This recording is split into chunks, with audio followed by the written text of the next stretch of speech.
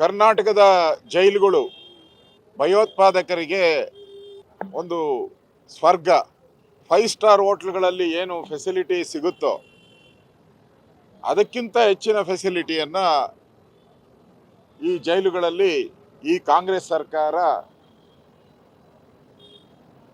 ಓಲೈಕೆ ಭಯೋತ್ಪಾದರ ಓಲೈಕೆ ಮಾಡ್ತಾ ಇರುವಂಥ ಕಾಂಗ್ರೆಸ್ ಪಾರ್ಟಿ ಇವತ್ತು ಜಾತ್ಯತೀತ ಪಾರ್ಟಿಯಾಗಿ ಉಳಿದಿಲ್ಲ. ಕಾಂಗ್ರೆಸ್ ಪಾರ್ಟಿ ಕೋಮುವಾದಿ ಪಾರ್ಟಿಯಾಗಿದೆ. ದೇಶದ ಮೇಲೆ ಬಾಂಬ್ ಹಾಕುವಂಥವ್ರು, ದೇಶದಲ್ಲಿ ಹಿಂದೂಗಳನ್ನು ಕೊಲೆ ಮಾಡ್ತಕ್ಕಂಥವ್ರು, ದೇಶವನ್ನು ವಿಭಜನೆ ಮಾಡ್ತಕ್ಕಂಥ ಯಾವ ಸಂಸ್ಥೆಗಳಿದೆ, ಪಾಕಿಸ್ತಾನದ ಸಂಸ್ಥೆಗಳು, ಅವರಿಗೆ ಕಳೆದ 2.5 ವರ್ಷದಿಂದನೂ ಕೂಡ ಇಲ್ಲಿ ರಾಜಾತಿಥ್ಯವನ್ನು ಕೊಡ್ತಾ ಇದ್ದಾರೆ. ಕುಕ್ಕರ್ ಬಾಂಬ್ ಬ್ಲಾಸ್ಟ್ ಮಾಡಿದವ್ರನ್ನ ಬ್ರದರ್ ಅಂದರು. ವಿಧಾನಸೌಧದಲ್ಲಿ ಪಾಕಿಸ್ತಾನ ಜಿಂದಾಬಾದ್ ಅನ್ನೋರಿಗೆ ಸ್ಟೇಷನ್ನಲ್ಲಿ ಕರೆದು ಬಿರಿಯಾನಿ ಕೊಟ್ಟು ಮನೆಗೆ ಕಳಿಸ್ತರು. ಅವ್ರನ್ನೇನು ಅರೆಸ್ಟೇ ಮಾಡಲಿಲ್ಲ. ಒಂದು ರೀತಿ ಕಾಂಗ್ರೆಸ್ ಪಾರ್ಟಿ ಪರೋಕ್ಷವಾಗಿ ಇವತ್ತು ಬೆಂಬಲ ಕೊಡ್ತಾ ಇದೆ. ನೇರವಾದಂಥ ಆಪಾದನೆಯನ್ನು ಮಾಡ್ತಾ ಇದ್ದೀನಿ. ಯಾಕಂದರೆ ಸುಮಾರು 5 ಕೋಟಿ ಕೊಟ್ಟು ಅಲ್ಲಿ CCTV ಕ್ಯಾಮ್ರಾ ಹಾಕಿದ್ದೀರಿ. 5 ಕೋಟಿ, ಒಂದಲ್ಲ ನೂರಾರು CCTV ಕ್ಯಾಮ್ರಾಗಳು. ಒಂದು ವರ್ಕ್ ಆಗಿಲ್ವಾ? ಏನೋ ಒಂದು ಕೆಟ್ಟೋಗಿದೆ, 10 ಕೆಟ್ಟೋಗಿದೆ, ಓಕೆ. ನೂರಾರು CCTV ಕ್ಯಾಮ್ರಾಗಳು ಯಾರು ಆಫ್ ಮಾಡಿದವರು? ಸರ್ಕಾರದ ಆದೇಶ ಇಲ್ಲದೆ ಆಫ್ ಹೆಂಗೆ ಆಗ್ತೈತೆ?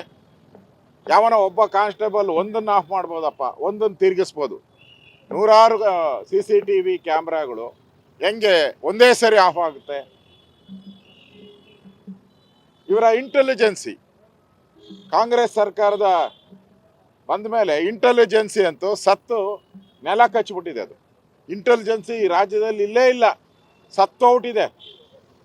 ಅದರ ಅಧಿಕಾರಿಗಳು ಪೂರ್ತಿ ಗುಲಾಮ್ಗಿರಿ ಮಾಡ್ತಾ ಇದ್ದಾರೆ, ಕಾಂಗ್ರೆಸ್ಸಿನ ಗುಲಾಮ್ಗಿರಿ ಮಾಡ್ತಾ ಇದ್ದಾರೆ.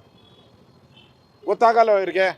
ಒಳಗಡೆ ಮೊಬೈಲ್ ಹೋಗೋದು ಗೊತ್ತಾಗಲ್ಲ, ಒಳಗಡೆ ಎಣ್ಣೆ ಹೋಗೋದು ಗೊತ್ತಾಗಲ್ಲ, ಒಳಗಡೆ ಗಾಂಜಾ ಹೋಗೋದು ಗೊತ್ತಾಗಲ್ಲ, ಒಳಗಡೆ ಮಾಂಸ ಹೋಗೋದು ಗೊತ್ತಾಗಲ್ಲ. ಕ್ಯಾಬ್ರೆ ಬೇರೆ ಒಳಗಡೆ, ಮೇಲ್ ಕ್ಯಾಬ್ರೆಗಳು ನಡೀತಾ ಇದೆ. ಇವತ್ತು ಫೋಟೋಗಳು ಬಂದಿದೆ, ಅಲ್ಲಿ ಡ್ಯಾನ್ಸ್ ನಡೀತಾ ಇರೋವಂಥದ್ದು. ಡ್ಯಾನ್ಸ್ ನಡೀತೈತೆ, ಎಣ್ಣೆ ಸಿಗ್ತೈತೆ, ಅಫೀಮ್ ಸಿಗುತ್ತೆ, ಗಾಂಜಾ ಸಿಗುತ್ತೆ, ಬಿರಿಯಾನಿ ಸಿಗುತ್ತೆ. ಇನ್ನೇನು ಬೇಕು?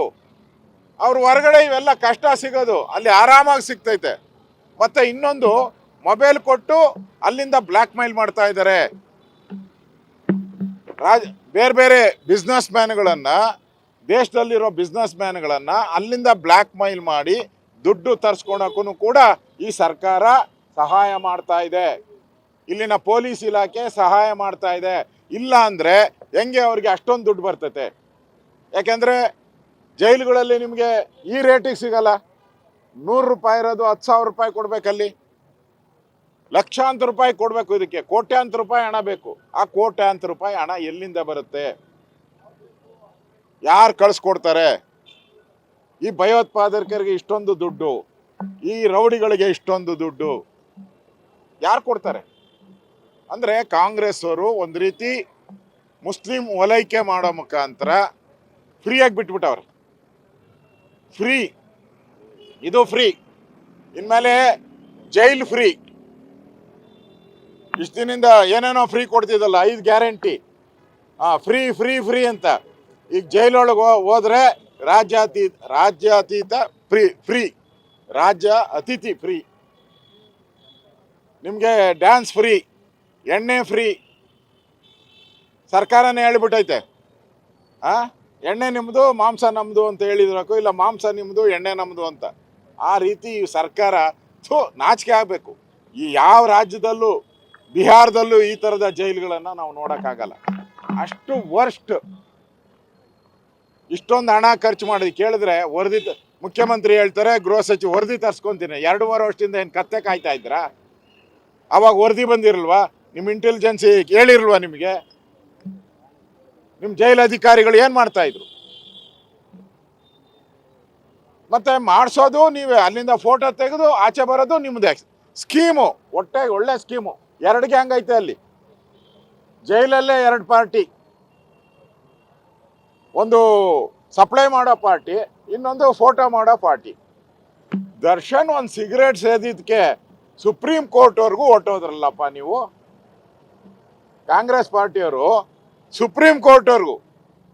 ನಾನು ಬೆಂಬಲ ಮಾಡಲ್ಲ ಯಾರಿಗೂ, ತಪ್ಪೇ ಯಾರು ಮಾಡಿದ್ರು. ದರ್ಶನ್ ಸಿಗರೇಟ್ ಸೇದಿದ್ದಕ್ಕೆ ಸುಪ್ರೀಂ ಕೋರ್ಟ್ವರೆಗೂ ಅಪೀಲ್ ಹೋಗಿ ಬೇಲ್ ಕ್ಯಾನ್ಸಲ್ ಮಾಡಿದ್ರಲ್ಲ, ಇವ್ರಿಗೇನು ಮಾಡ್ತೀರಾ ಈಗ?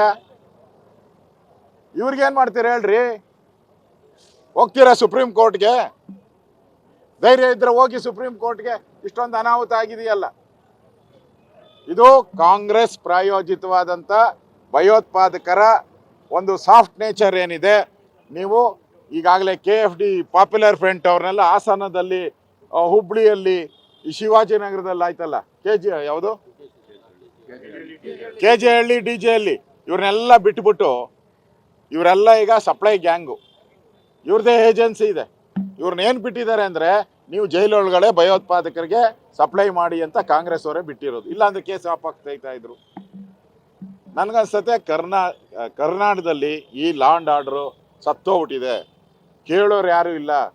ಈ ಮುಖ್ಯಮಂತ್ರಿ, ಉಪಮುಖ್ಯಮಂತ್ರಿ ಕಚ್ಚಾಡದಲ್ಲಿ ಈ ಗೃಹ ಸಚಿವರು ಕಾಣೆ ಆಗಿದ್ದಾರೆ. ಏನು ಕೇಳಿದ್ರು ನೋಡೋಣ, ವರದಿ ತರ್ಸ್ಕೊಂತೀನಿ, ಮಾತಾಡ್ತೀನಿ, ನನಗೆ ಗೊತ್ತಿಲ್ಲ, ಇಷ್ಟೇ.